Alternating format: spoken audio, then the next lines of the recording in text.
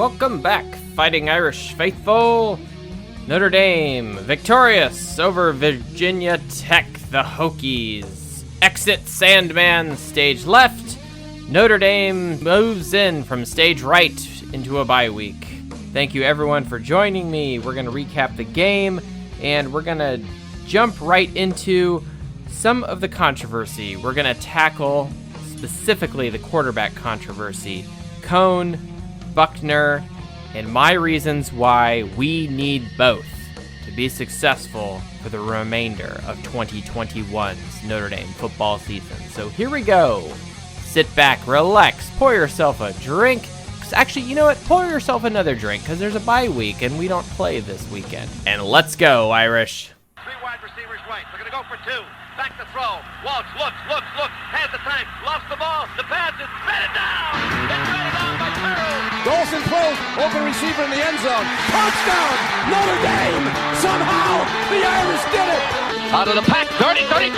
Goodbye, baby. At the 50, the 40, the 30, the 20, the 10. Five, rocket touchdown, Irish. Zibikowski looking for a block. Touch to the right to the 40. Gets a block, gets to the 45, 50. Up to the 45, 40, 30. One man to beat. 20, 15, 10. He's done to the 5. Touchdown, Irish. Fighting Irish faithful. How's it going, everyone? I hope you're enjoying your bye week. Hope it's treating you well with work, with family, and you are planning something fun this weekend because Notre Dame is not playing.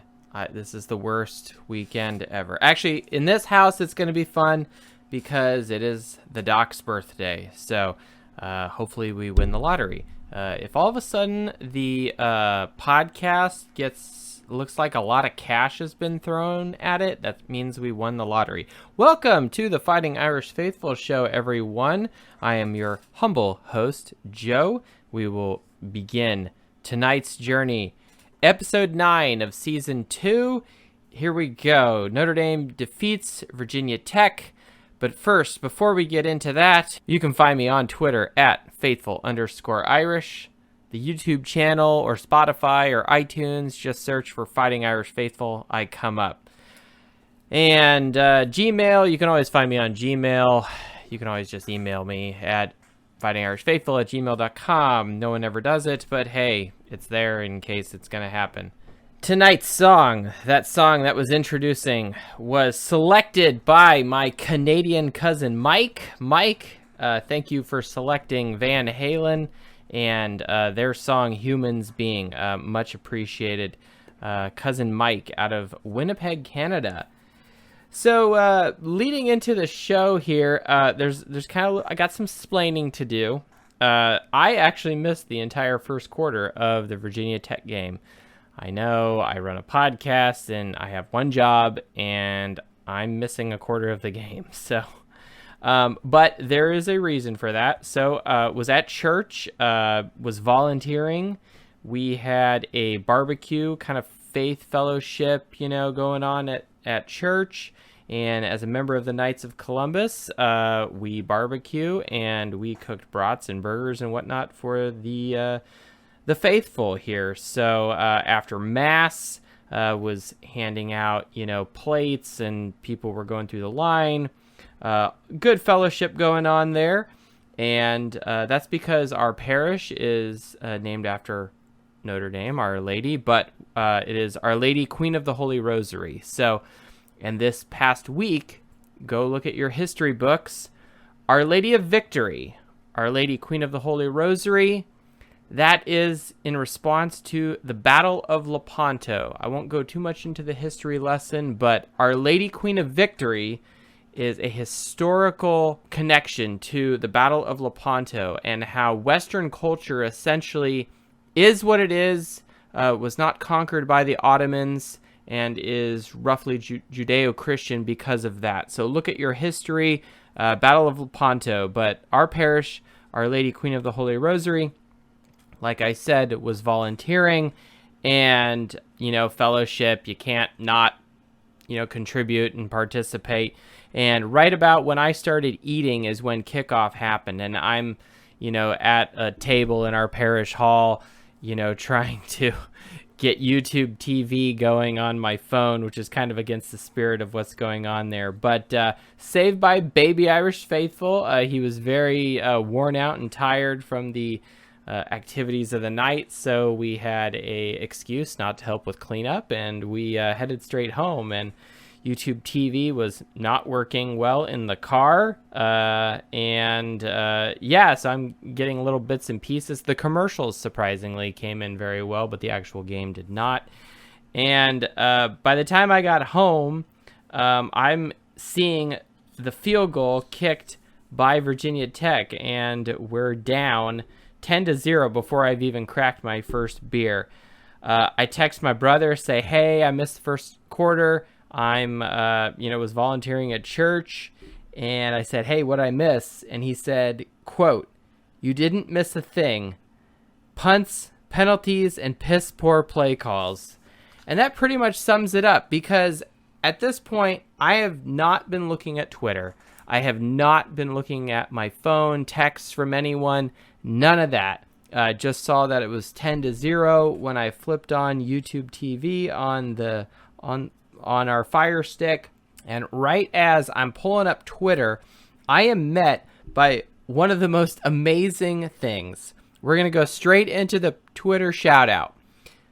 Now, at JL Gallagher 3, you are responsible for the shout outs that follow.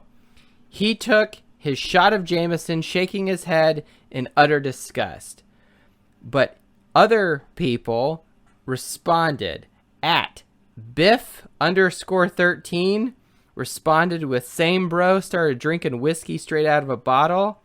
At Dose Leprechauns responded as well with screw it, and his video of downing what looked like scotch. Was that Buchner? What were you drinking there? Go ahead and at me. I'm very curious what that was. And then at 5'0" pod.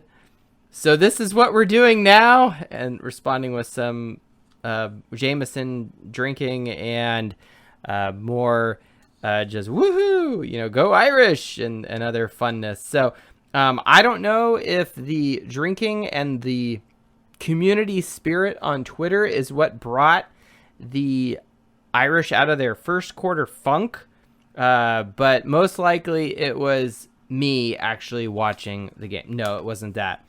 It was Tyler Buchner. Buchner comes in after Coan had rushed quote unquote for minus 11 yards. He had I think technically one rush for 1 yard and then 2 sacks for -8 and -4 respectively. And he was 3 of 4 passing, so it wasn't terrible, but he was sitting only at 20 yards in the first 3 series that he was in. 3 punts by Notre Dame. Not good at all. But then Buchner comes in and the game is just completely different. Virginia Tech has to actually respect the zone read that Buchner brings, and Buchner returns 14 unanswered points in the second quarter, where we lead 14-13 going into halftime. But he was 5 of Notre Dame's 11 runs as soon as he came in, 5 of 9 passing for 26 yards rushing and 93 yards passing. The long was a 46-yard pass to Kevin Austin. Buchner clearly comes in. The dynamics of the team are completely different in the second quarter, which was most enjoyable to watch. It's like, yes, this is the guy. Go back to the Spring Game Buffet podcast. It's technically episode 1 of this season. And I talk about how Buchner needs to be the starting quarterback for Notre Dame this season. Shocking, here he is in the second quarter, dominating, and his agility, his speed, just totally changing everything for the Irish. But then the third quarter comes in, and clearly Virginia Tech has made some adjustments. They've made some changes, and Buchner is stifled. He only rushes for 20 yards, and he is 0 of 3 passing. And he throws 2 interceptions, one of which is a pick 6. So the adjustments by Vatek definitely changed the dynamic. Now, it's at this point where the game is getting closer and closer, and then Notre Dame is actually down to Vatek. But Notre Dame ends up putting up 11 points in the fourth quarter to ultimately beat out the Hokies by 3 points, 32-29. And that is because Jack Coan returns to the game. Now, Fighting Irish Faithful, I believe Buchner should be our starting quarterback, and I will explain a little bit why in a few minutes. But as soon as Coan came back in, my initial feelings was not disgust, was not disheartenment, was not, oh, here you go, Brian Kelly, you're screwing us again. No, it wasn't that at all. My hat was on backwards. We're rallying. I believed that as soon as Coan came in, Notre Dame was going to win. I was 100% confident that Notre Dame was winning. Now, I didn't tweet this out or anything like that, so I don't have evidence to, quote-unquote, support that claim, but I knew we would win. And the reason for that, his first series, he comes in for the touchdown. He's 5 of 6 passing. He throws for 58 yards, and then we tie the game. Then the defense comes up big, a huge 3-and-out stop, stifles Virginia Tech. Notre Dame gets the ball back. Coan goes 2 of 3 passing for 35 yards, gets Dorr into field goal range, and Dorr hits the 48-yard field goal. Knowing the down and distance, knowing where we were on the field, I also knew that Dorr was going to hit it. Anything in the 40-yard range, Dorr is very successful. It's when you get under 30 and we're kicking a 27-yarder from the right hash is where Dorr seems to screw up. For some reason, the angle messes him up, but the farther away, the better he is. But that 40-yard range, perfectly fine. I knew we would win, 100% confident.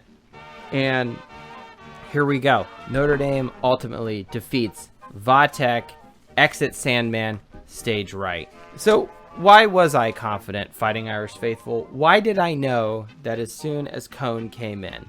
I know I'm kind of skipping over a lot of the game here, but this is really a topic we need to discuss.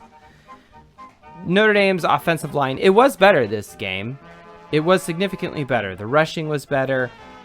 We were sacked less. And we ultimately won the game. At the end of the day, a win is a win. And going into Virginia Tech, a very tough place to play, one of the toughest places to play in the ACC. I'd say it makes probably second or third on the list behind Florida State and Clemson as far as rough environments to play in. But look back at the history of this season and what Coan has already done. Coan, in the Toledo game, took us in 3 plays 75 yards. And we also won by a score of 32-29. It's the same score as this game. We had to come from behind to win. Now, we didn't kick a field goal, but the score is the same. The outcome is the same. Coan comes in to win the game. Now, the difference is Coan was playing most of the game and is kind of schizophrenic back and forth with Buchner. Kelly clearly made a decision in this game, the Vatek game, with Reese to put in Coan. Start Coan, didn't work, put in Buchner, was very successful. Then he sort of fizzles out, and then Coan comes in to secure the victory. Coan ultimately finishes 9 of 12 for 108 yards, and Buchner with 113 yards and 1 touchdown. Coan with 1 touchdown. But Buchner, unfortunately, has those 2 interceptions. Now, what Buchner has that Coan doesn't is rushing yards. Buchner had 1 rushing touchdown and 67 yards. Now, in the Toledo game, the passing yardage is not nearly as even. It was clearly one-sided to Coan, and I think it's because Kelly and Reese were not allowing Buchner to throw nearly as much. Although Buchner was 3 of 3 passing in the Toledo game for 78 yards. But listen to this. Coan was 21 of 32 passes for 239 yards. 2 touchdowns, 1 interception. But Buchner, very similar, 68 rushing yards in the Toledo game, but no touchdowns. I want to draw a comparison here, Notre Dame fans, and I'm going to go on a limb, but this is why we need both of these guys. Both are productive. They are productive. Buchner, I think, is the future. Buchner is younger. He's clearly faster. He can clearly rush. And I have started to use the expression, he is the Buck Wild package. Not to sound inappropriate, but instead of Wildcat, he actually can throw and he can hand it off. So instead of Wildcat, we got Buck Wild here. Maybe I should put that on a t-shirt. But we have a mobile quarterback who is developing. We have a seasoned quarterback who kind of is the closer coming in. What does this remind you of, Fighting Irish Faithful? If you didn't guess 2012, you need to wake up. This sounds a lot like 2012. Golson, Tommy Rees, the closer, Golson, the young, athletic player doing Superman dives to win football games. In the Purdue game in 2012, Rees was only 3 of 6 for 35 yards and no touchdowns. But he did put us in a position at the end of that game to kick a field goal and beat Purdue. Golson, on the other hand, was 289 passing yards and 1 touchdown. Now, in the Stanford game, it's a little different. Rees was 4 of 4 for 43 yards and 1 touchdown, where Golson was 50% completion percentage, throwing for 141 yards, 1 touchdown, who also had 41 rushing yards. And Pitt, kind of similar situation, a 3 overtime thriller. Tommy Rees, 6 of 11 for 64 yards, no touchdowns, but Golson, 23 out of 42 passing for 227 yards, 2 touchdowns, 74 rushing yards, and 1 rushing touchdown. Where am I going with this? I think Kelly needs to find a synergy this year, 2021. Flip the 2 and the 1, you get 2012. But we need both of these quarterbacks. One has more composure in the pocket.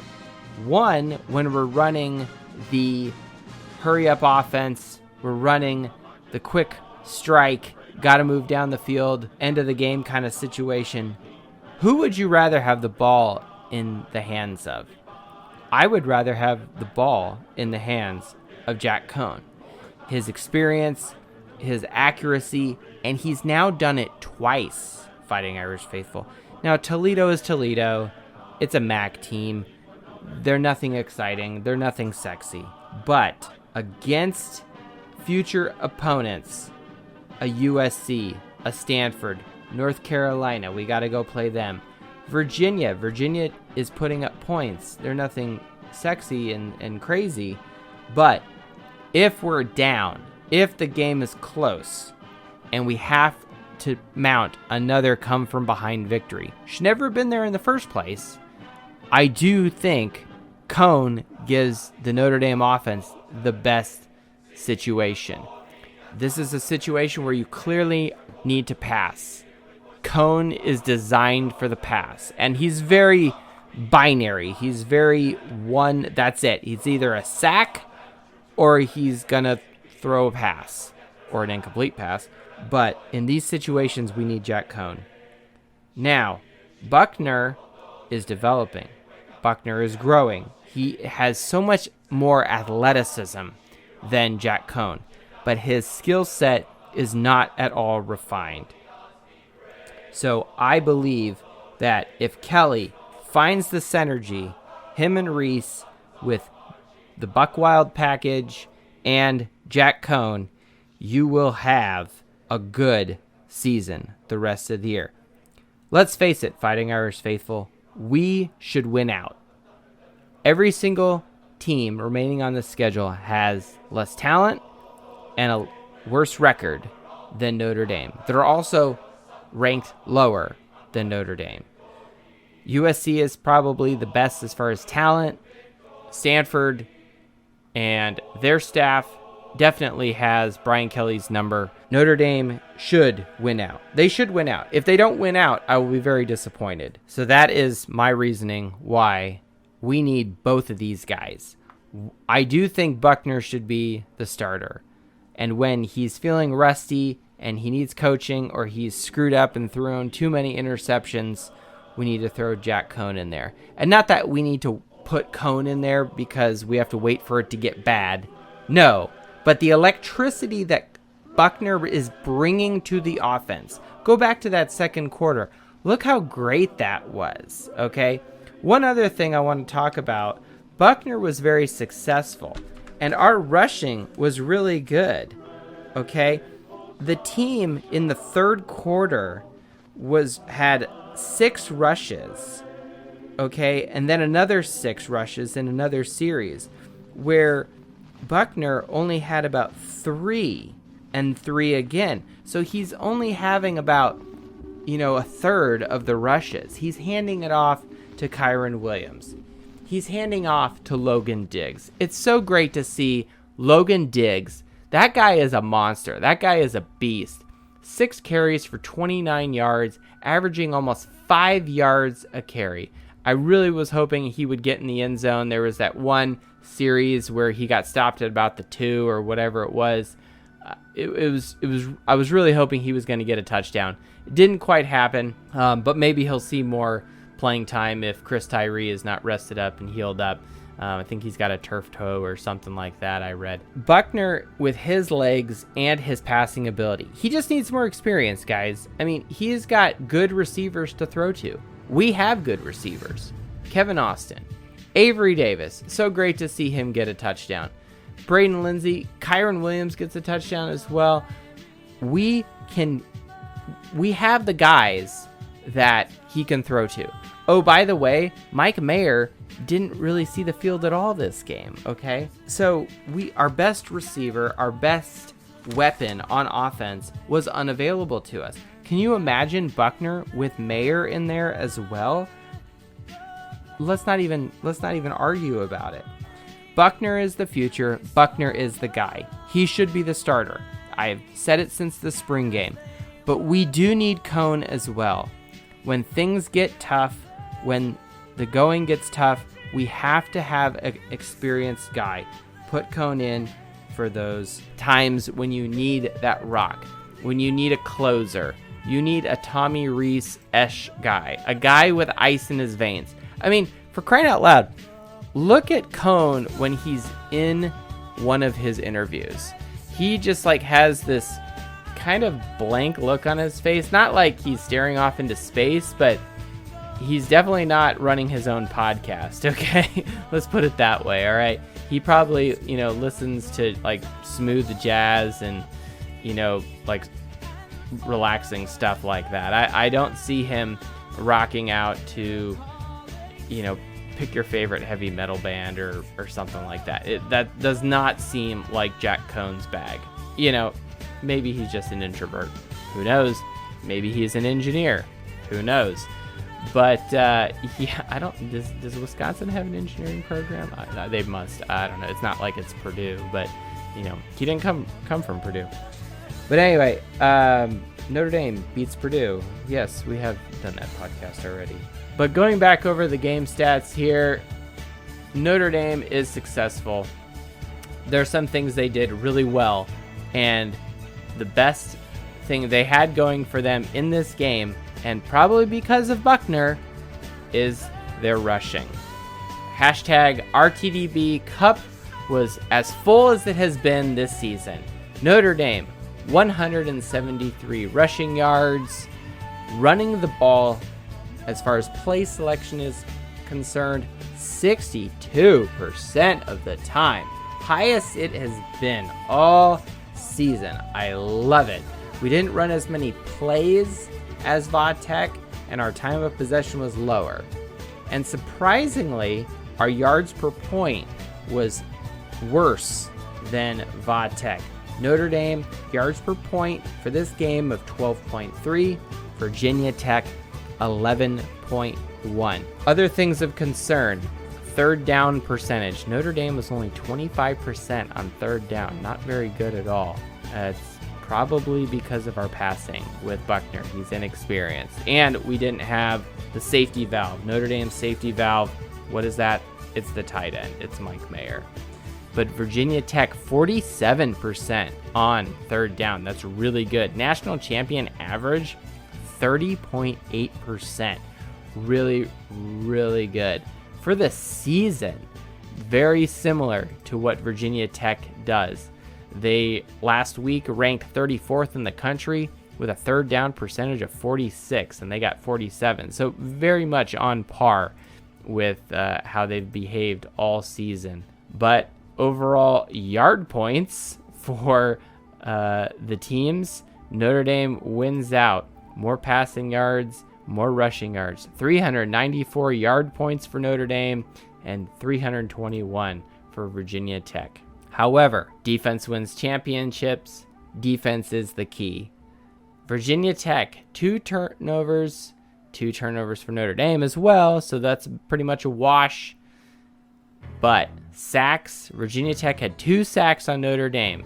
A little lower than it's been as far as Notre Dame's season average of 4 and being ranked 124th or whatever the hell it is.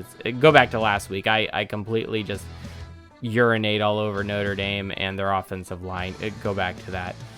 But 2 sacks for Virginia Tech and 2 tackles for loss. So it's significantly better than what it has been. But get this, Notre Dame, 1 sack, okay, not so great. They got a mobile quarterback at Virginia Tech, but 7 tackles for loss. 7 tackles for loss, above our season average for Notre Dame, 6.2 for the season. Some other love I want to give out to our players. Kevin Austin, he is Notre Dame's best wide receiver. Mike Mayer is Mike Mayer, and he, I think, can outmuscle anyone. But as far as athleticism, speed, hands, strength, just flat out will, Kevin Austin is the guy. That 2-point conversion that he caught, he didn't catch it. He stole it. He just swoops into the frame. I didn't even see him. And all of a sudden, he just shows up with the ball in his hands. Okay? He had 3 catches for 70 yards with a long of 46 yards. Kevin Austin is the guy. Javon McKinley last year, I said we needed to target this guy, and we didn't target him nearly enough as we should have. He was our most athletic receiver last year. This year it's Kevin Austin. Next I'd say Avery Davis. Those guys, we have to give them the ball. But I got to give some love to my boy, Kevin Austin Jr. out of Fort Lauderdale.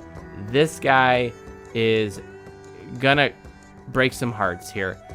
Would you believe it that last year he only had 1 reception? 1 all year. It's crazy. But then this year he's sitting with 317 yards and 3 touchdowns so far. We've got to get him the ball. We have to find him the ball.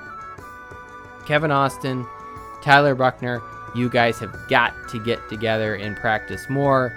Work on some fades, work on some dig routes, whatever it is, okay? Whatever you do well the best against your opponent, capitalize on that, please. And then to the defense, I have to give some love to J.D. Bertrand.